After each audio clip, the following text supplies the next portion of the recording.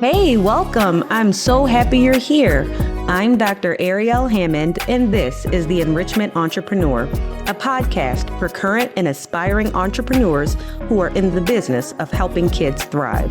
We're talking after-school programs, summer camps, tutoring, enrichment, the people and places that show up for kids outside the classroom. I'm still building right alongside you, and that's exactly why we're here, to learn, grow, and figure this out together. Let's go! Hello, everyone. I am excited to be back and talk to you about all of the lessons and learnings from the 10 guests I've had on the podcast so far. I've learned so much, and I just wanted to reflect because already from what I've learned from others, I've changed how I do business. So here we go. All right. So now I've sat down with 10 enrichment entrepreneurs so far for season 1 of the podcast. And those conversations I'm having every single day. And some of what I heard confirmed what I already believe and know to be true, and others surprised me, and genuinely humbled me a little bit, which is always good. So that's what I want to talk about today, more of the latter.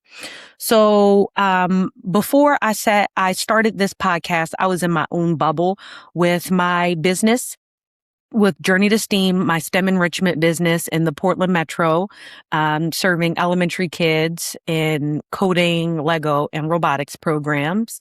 I knew my problems, and I didn't know if my problems were unique to me or if they were just a feature of having a kids enrichment business. And now I know what experiences that I've had and I'm having are distinct to challenges that can be easily overcome with some maybe more thoughtful planning or resource allocation, and then others that are just symptomatic of a disorganized industry. So from what I know to be true, every single person that I talked to was operating in their own silo, specific to being a kids enrichment entrepreneur. We didn't have our version of the water cooler, or, happy hour, bar time, whatever. We didn't have that community, informally or formally. And the operators I talked to did not report having a place to go where they could share, compare notes. So 10 different disciplines, 10 different business models, 10 different cities and different locations, states in some cases, regions of the country. And almost every single one of the people I talked to said some version of the same thing, which was that they hadn't talked to someone else about those specific aspects of being a kids enrichment entrepreneur yet. So let's talk about who came to the table. So first, our first guest episode was with Brandon Laws, who has a career, multiple decades, working as a marketing executive. And he applied his expertise to our space. And from Brandon, I learned what it means to actually get found by your customer. And especially when your customer is a school, a parent, and a coordinator all at once.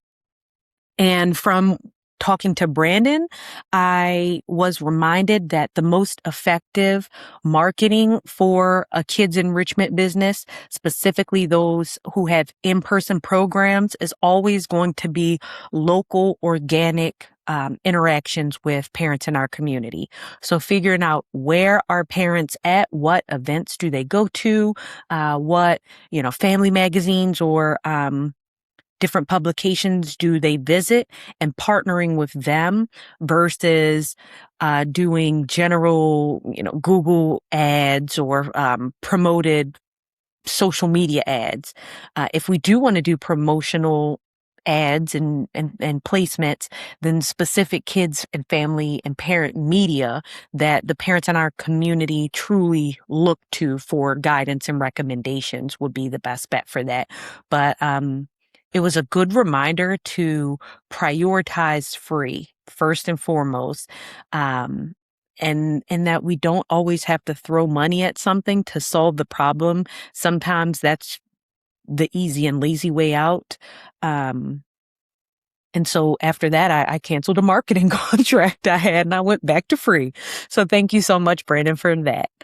Our next guest was Amir, and Amir was the founder or is the founder and CEO of Rookly. So Amir took his passion for chess as a youngster and he created his own chess after school programs and quickly reached the ceiling of what could be done and the profits that are possible with that in-person enrichment model that those of us who are in that model were very familiar with. And so when he ran into the complexities of scaling that with how many instructors it required, he chose to think outside of the box and he created Rookly is like the chess version of e-gaming where kids participate in leagues from their schools and they live compete in chess with kids from all over the country.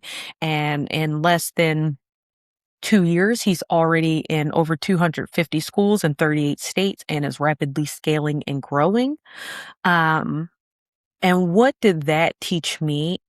It was just a beautiful reminder that when you come across a ceiling, that isn't the ultimate ceiling. It might be the ceiling of that opportunity as it's being approached right now. But a different offer could then increase that ceiling, or a different approach to the same topic or program could then vastly increase what is possible for that opportunity. So sometimes when we run against these ceilings for scaling in a certain way, it doesn't mean to stop. Or that's the end of what's possible, but it's a good opportunity to take a step back and to analyze, just like in a game of chess, from a bunch of different angles, what would be the most strategic way to move forward. And it might be coming up with a different offer or a different product or service around this offering, around this enrichment program that others may have never thought of. It might be time to do something completely new and to disrupt the services as usual. So that was beautiful. And for those of us who are wondering where to take our businesses next, it may be doing more of the same thing. So, if we have a dance studio, opening an additional dance studio. It might be physically scaling, but it also might be an opportunity to creatively think of different opportunities to use what we're doing for the next thing that is more scalable. So our next guest was David Dodge. David Dodge was also a good reminder in how to pivot to more tech-enabled models of enrichment distribution. So as the founder and CEO of CodaKid, David specifically offers enrichment online. So he's able to serve a national customer base, and then he can use paid and earned media and advertisements to scale his business without scaling the complexity of it. So he also talked to us about upselling and downselling and having a very intentional value ladder. So we may have our core offering and it's right in the middle as far as price point. But what about those who want to have a premium, individualized experience? They may want to have more advanced learning. They may want to continue their learning. What do we have to offer those customers? And we also have customers who may not be ready to purchase an entire term or year of a program from us, but they may be ready to engage in a lower they may be ready to engage in something that is less of a commitment. So maybe it's an app or a DIY curriculum or independent study. Maybe it's free materials. Maybe it's a one-time workshop. But what are the different opportunities and offers that we have for our customers to meet them at their level of readiness to purchase services from us and their willingness to spend and invest at different price points. So many of us, we have that middle offer down packed, and so does every other enrichment provider around us. But do we have individualized opportunities? Do we have more high touch premium opportunities, more advanced learning trajectories? Because ultimately, those are going to be those exemplar customer outcomes, those aspirational outcomes that highlight the true value of our services. That if the child sticks with this over the long term, look at what they might be able to do. So if I think of one of the later guests that I'm going to go over, actually, I could just move Erin on up. So Erin Carter, who is my violin teacher, and that's how our working relationship started. Now she works with my children as well.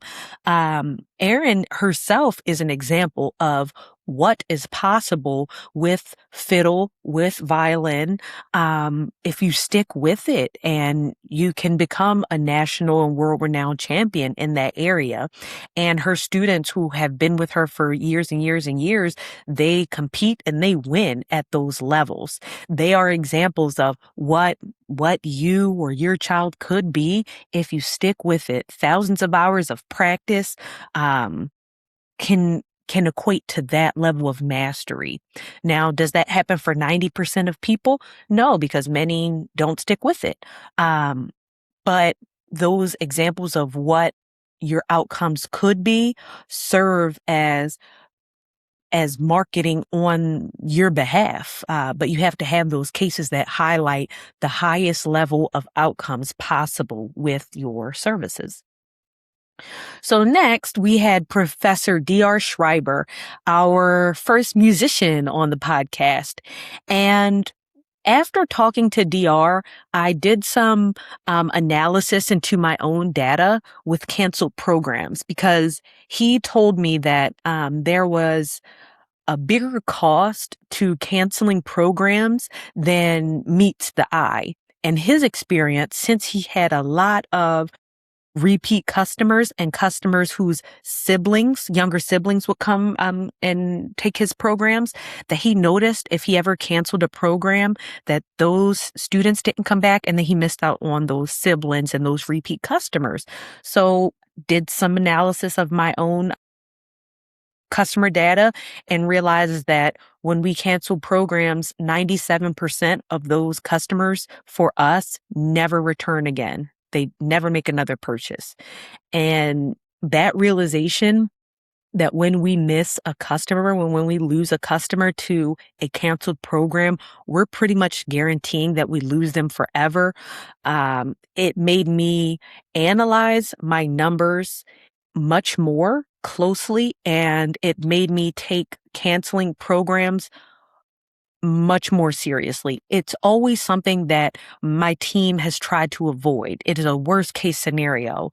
But previously we thought, well, at a certain point we start to lose money, and that's not how you do business.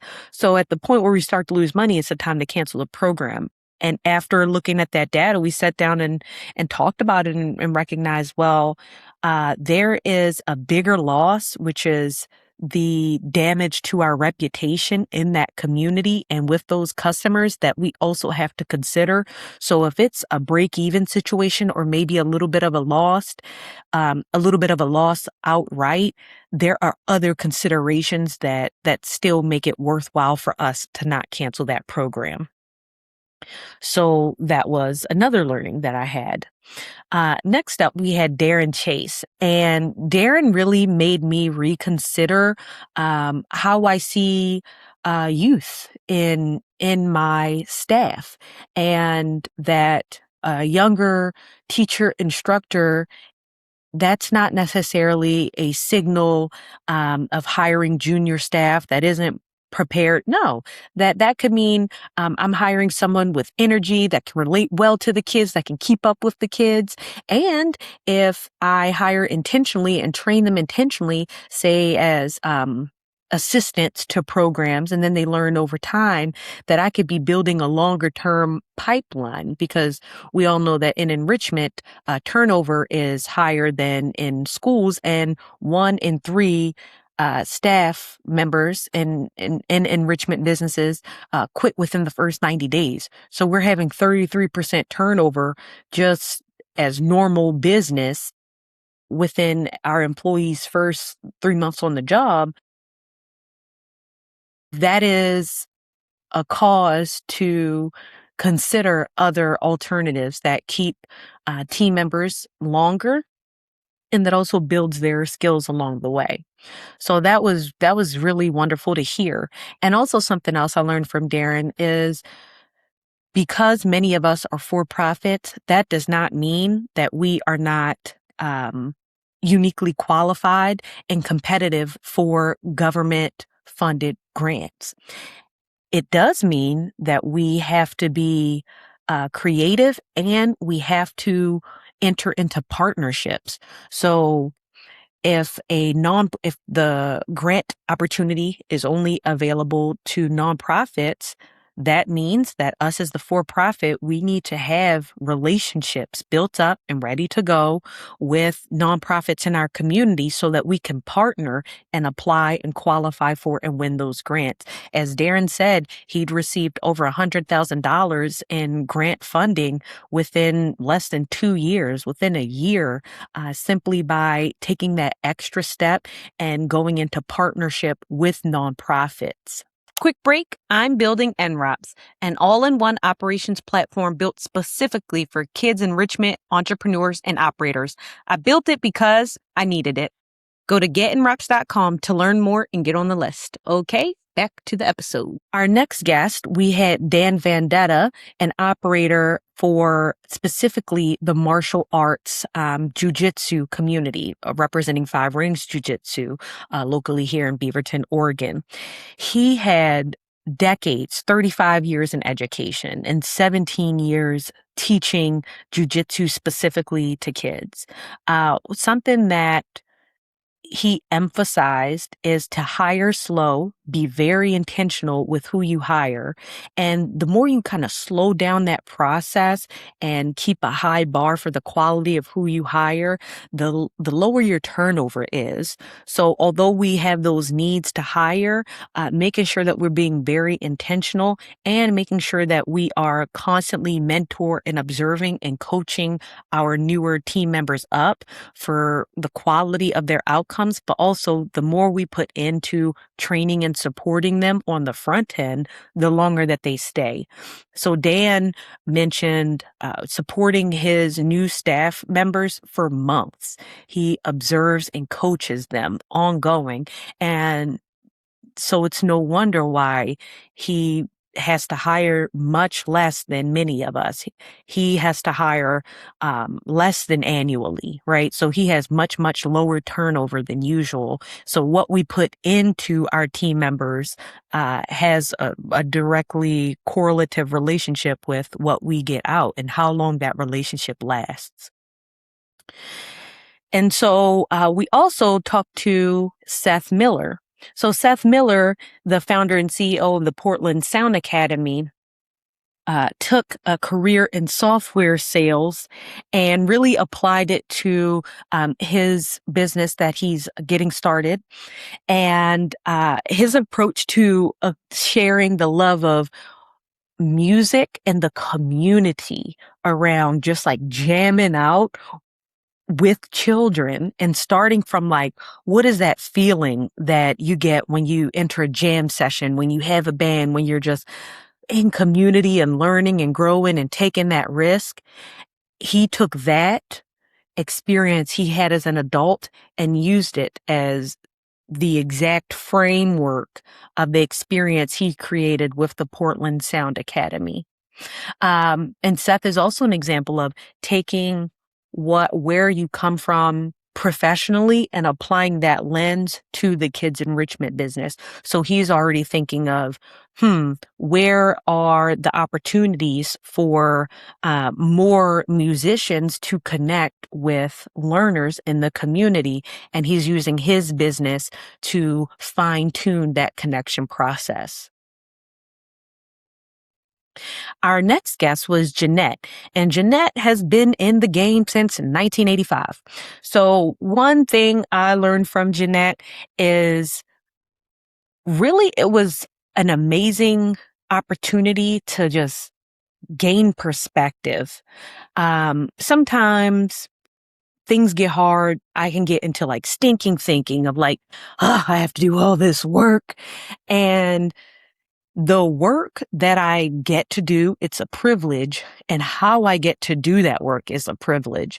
When Jeanette described her business starting out, working a call center, then getting a roll of quarters, having to walk to the payphone and calling each school with a quarter each, calling the schools to get the partnerships going in that way, I thought of just how modern conveniences make that process of establishing partnerships and communicating so much less friction. No, how that process is made so much more frictionless. And it just made me really grateful to be in this business at this time in history with all of the modern conveniences that I have. So it just made me appreciative. And her interview was a great reminder of the importance of being of value to your community first and foremost. So offering free try before you buy programs to the community, making sure to show up in person, bring, cookies or whatever to your partners. But before we're asking for something from others, making sure that we're first thinking and intentional with being of value first to people. And our most recent interview was with Jeff. Jeff is the founder and CEO of the Ukulele Project. What I really appreciate about meeting with Jeff is how intentional he is around building something that is going to be scalable at a very high level of excellence. How is he preparing for that? So in our guest interview, he was able to pull out a binder, right? In that binder, he had all of these blueprints, all of his curriculum, all of his resources. And not only does he have that paper, hard copy instructional reference point for his teachers, but he also has an instructor portal. He has every lesson that his teachers teach. Before they teach the lesson, he has a video that they can watch of him teaching that lesson. He models how the songs are sung, how the strings are strummed, how he's going to teach every element of that lesson. So he's planning for his teachers to go into the lessons as prepared as possible. And he takes a lot of very intentional measures to make sure that they are adequately supported before and during their time in front of the students. So I really appreciated Jeff's approach to instructional excellence and going slow to go fast, building something that is able to be delivered at a high level of excellence with or without the owner operator there. And then from that and figuring out the motions, developing a well-oiled machine that can then scale with that same level of with those same levels of great outcomes for our communities and high levels of engagement for our participants. And so now I wanted to review a little bit more about like what was confirmed for me in all these guest interviews. So I confirmed that staffing is a universal tax on organizational efficiency and attention, and it's a big issue for us across the field. So finding, training, retaining instructors, that unpredictability that comes with it is really a challenge for us all. I mean, Amir literally pivoted his entire business model because staffing for in-person instruction was breaking his operation. And many other operators confirm that behavior management is why instructors, staff members leave more so than the pay. And you know this, you've lived it. This podcast confirmed that it's not you, that it is the industry that we're in. Something else that we've confirmed in interviews is that everyone is doing the best we can with suboptimal tools, resources, and platforms. So everyone is duct taping together tools. If we didn't mention that in the guest interview, in our pre-conversations before the interview, we just talked about what are your workarounds? What are your tools? How do you standardize different processes? And what came up in almost every conversation was that everyone's using different tools, everyone's using different workarounds, and there is zero standardization.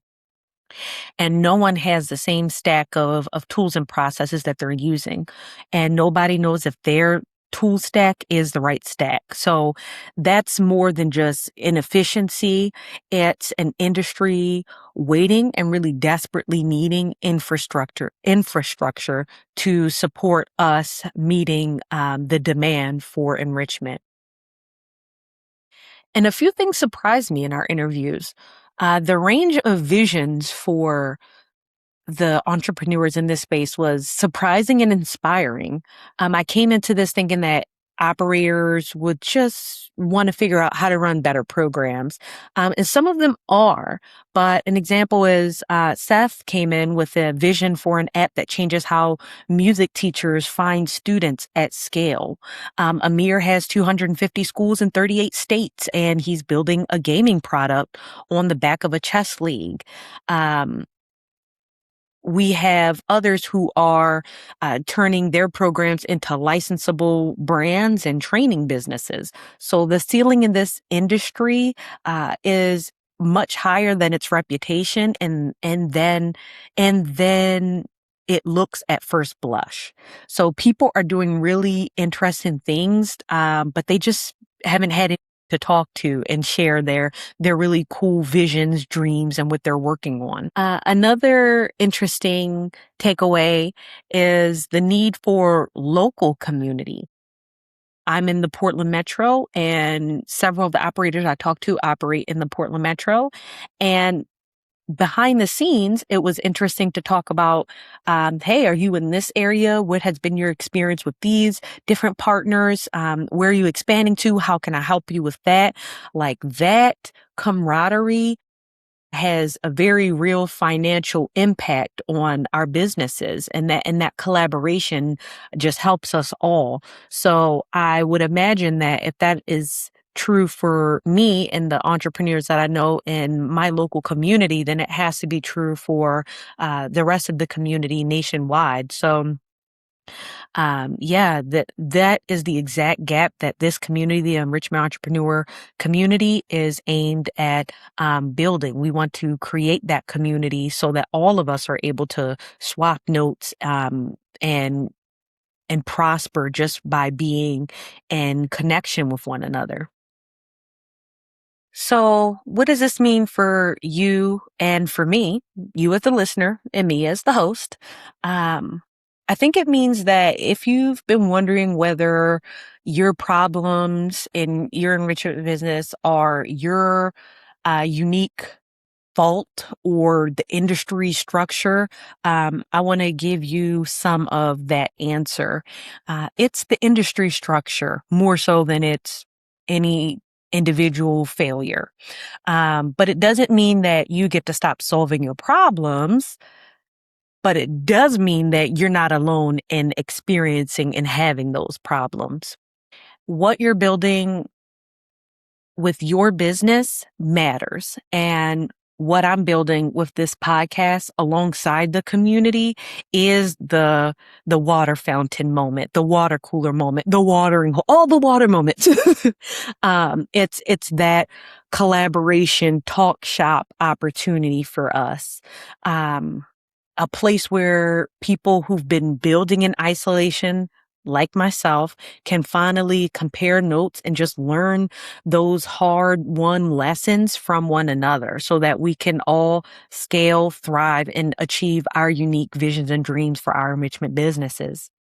So season 1 has been a lot of stories, my story, frameworks, my mistakes. And season 2 is really going to be even more so about the community.